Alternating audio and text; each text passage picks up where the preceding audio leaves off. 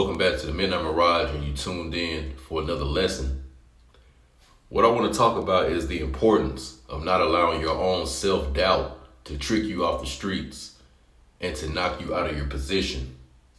It's very, very key that you admit to yourself if there are certain times, when you may be in a state of weakness. Well, a little bit of self-doubt may creep into your mind. Maybe you have a very, very difficult task at hand.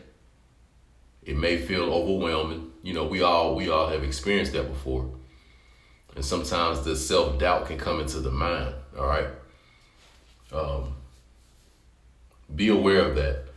And also understand that a lot of your self-doubt is a lie, and it is a deception. And it's really based on something that hasn't happened yet, all right?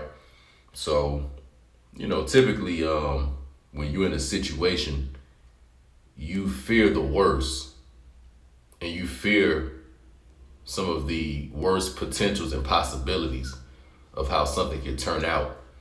And while you're sitting there, thinking up in your mind all the, 1,000 possible ways it could go wrong, you're coming up with all these different scenarios, but the truth is none of them actually have,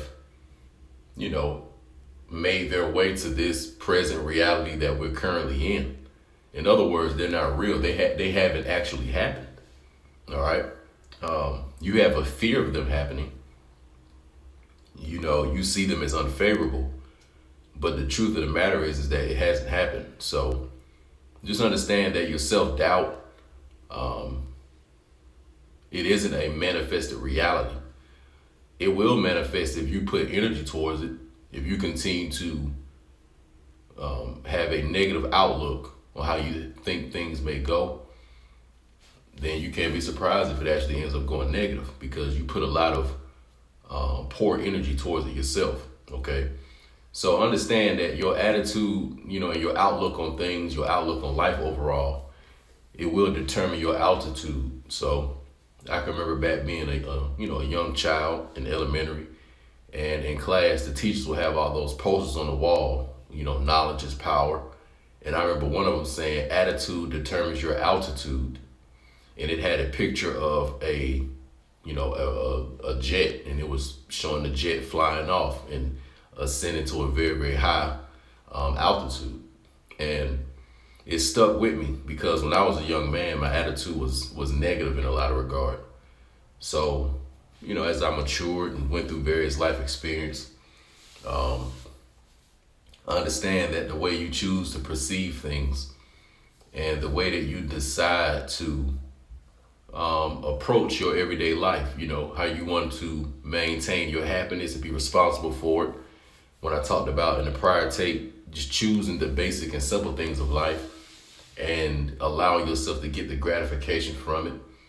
That power that you do have, however you choose to use it, is gonna, determine how far you go.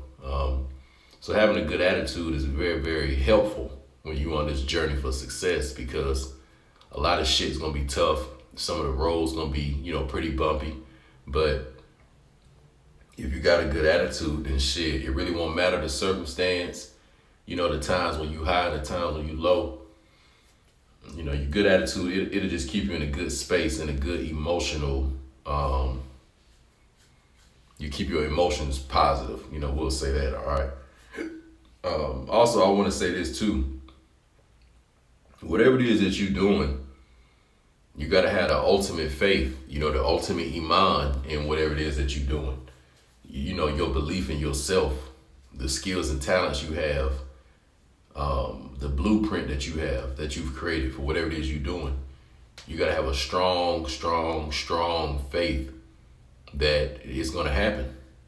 And what I will also say is this: it will happen, but it may not happen the way you think.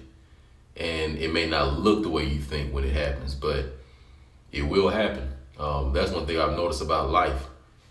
You may have a desire and it'll come, but it may not always be packaged, and it may not always look the way you think.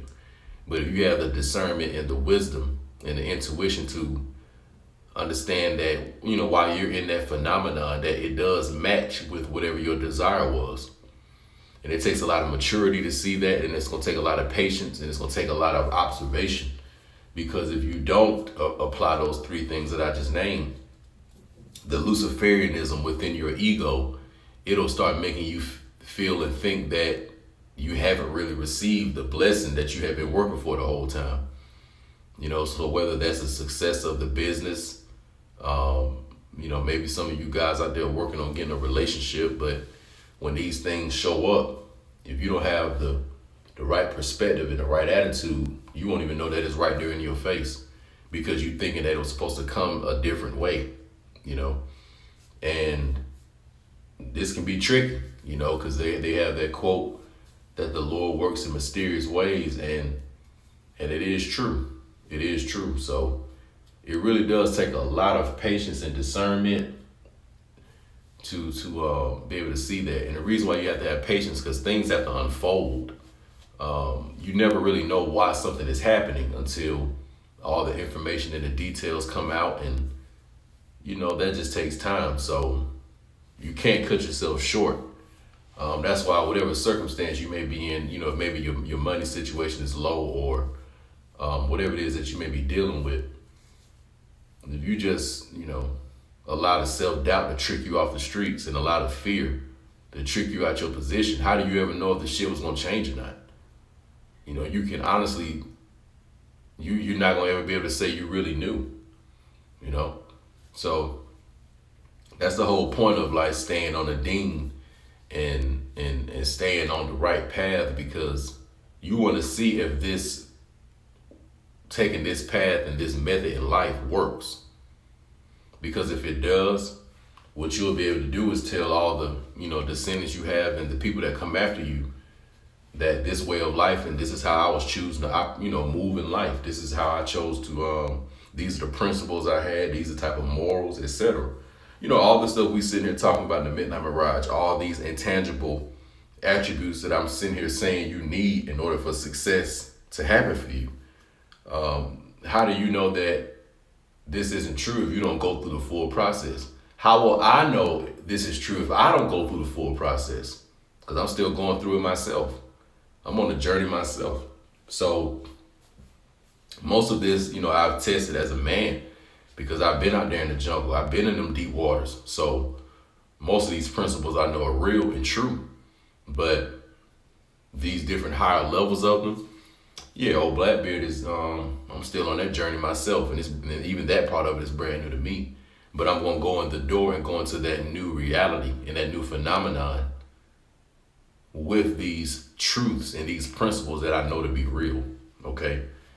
So, we just gonna get ready to wrap it up with that, because when I was out doing my thing a little bit earlier, I came across a young so-called black woman, and we were just talking about some different stuff, and I noticed she had some good business ideas, but some of her self-doubt and her poor attitude, if she's not careful, this can get in the way.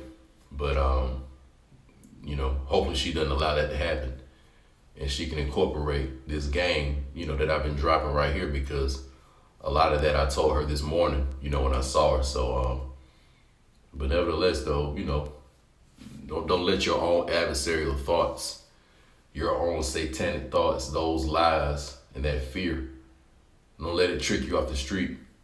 And also believe, man, that, that your self-belief, it has to be like damn near borderline psychotic and crazy. You got to believe in yourself at almost damn near a psychotic level, and but that's what's needed to produce, championship results, whether we like it or not. So, y'all marinate on this. Stay tuned. I'm out.